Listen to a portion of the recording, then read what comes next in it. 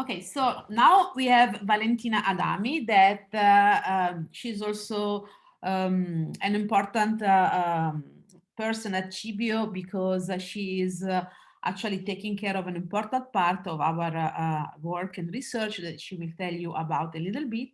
But first of all, Valentina, why don't you tell us why you're at Cibio and what is your story, why you decided to stay at Cibio?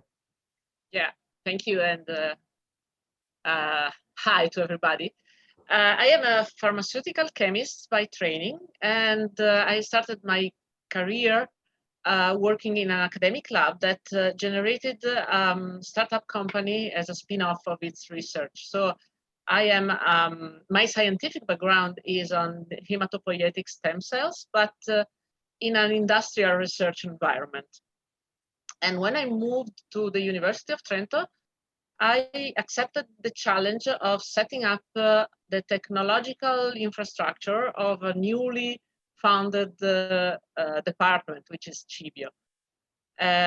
First of all, I started with my facility, let's say, which is the high throughput screening facility, where we test in parallel thousands of compounds or drugs on biological systems in order to potentially find new compounds active on a particular disease or new applications for existing drugs. And this is my main activity. But as the center, the department grew during the years, I also became the coordinator of the 8 core facilities that are present in Cibio, like imaging, microscopy or genomics, proteomics, animal models, and so on. Okay, so why don't you tell a little bit us about what is a core facility and the relevance for a research center? Yes, core facilities or research infrastructure are actually our laboratories, like the one that you see in the background, that are characterized by the presence of sophisticated technologies and instrumentation, but and also dedicated people to manage these technologies. And these people, these labs are independent by the single PI's labs. This is the main characteristic. And just to give you a bit of historical background, the first human genome sequencing in 2003 triggered a real technological revolution, not only in genomics, but it completely changed the landscape of life sciences.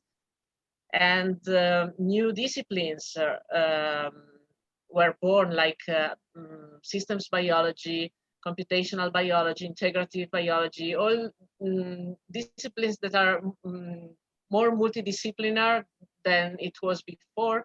And they try to integrate the multitude of information coming from these new technologies and new instruments.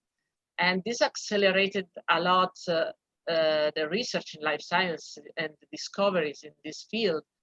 But it also has a drawback, if we can call it like this. And the drawback is that it is becoming almost impossible for a single laboratory or a single department to master all these technologies. So what happened is that the research institutes, starting from the EMBL in the year 2000, this was the first one in Europe. In the US, this process started well before, but what happened, as I said, is that these big research institutes started to build, to surround their researchers with a structure of service labs that can be used by all the groups. We can say, in a way, that the core facilities allow a more democratic and open access to the technologies. And often these laboratories are shared not only at the department level, but also at a regional level or even national level or European level, like the big research infrastructure that have been funded by the European Commission in the last 10, 15 years. And yeah, it's quite also clear that sharing resources is very important also from an economical point of view, because these instruments now cost not only as an investment, they cost millions, but you have to think also about the maintenance and the operating cost of these instruments. Sure. So you were saying before something interesting about open access. So you want to maybe elaborate a little bit the concept of open access in our days and in research institute. Yeah, as I said, sharing resources is very important, but sharing data, protocols, and the results of the research is equally important.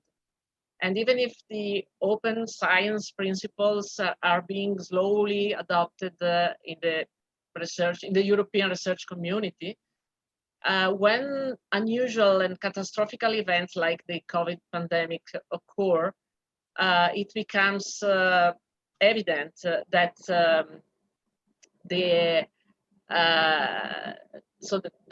a lot has to be done still in order to guarantee this open access to the research from all the community. It's impressive, for example, that almost 100,000 papers about COVID have been published as a peer-reviewed or preprint in less than 1 year. And this was possible because of an acceleration of the publishing procedure due to the emergency, and also many editors made freely available the content of this research. This means that this is not the normality in science, and we know that this is helping a lot the medical advancement in this field, and it was crucial. But obviously, the counterpart of this acceleration and this free availability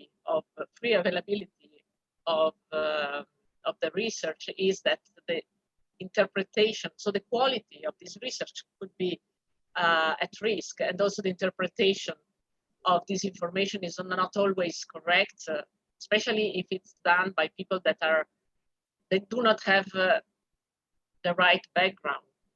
Yeah, sure. So that's very interesting. It's an open question also, and I would like maybe to leave this open to our last class, where the students are actually gathering all together with us, and then we can maybe bring up this as a topic of the conversation, which I think is really important, especially in our days, and especially after all we saw in this last year, which is kind of unique. Okay, Valentina, now last questions is about what you can recommend, or what is your message to the students of this master?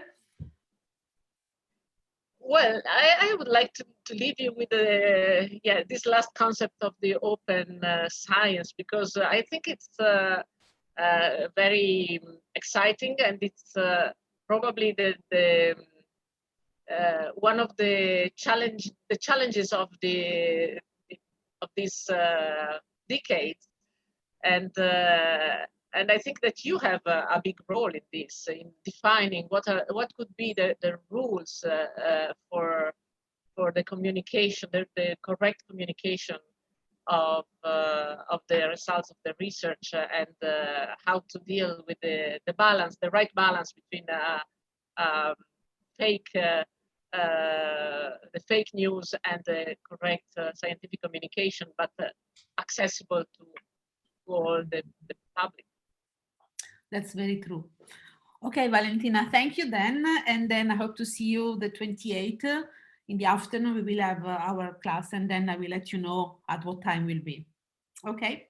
Thank you. Bye. Bye. Good luck.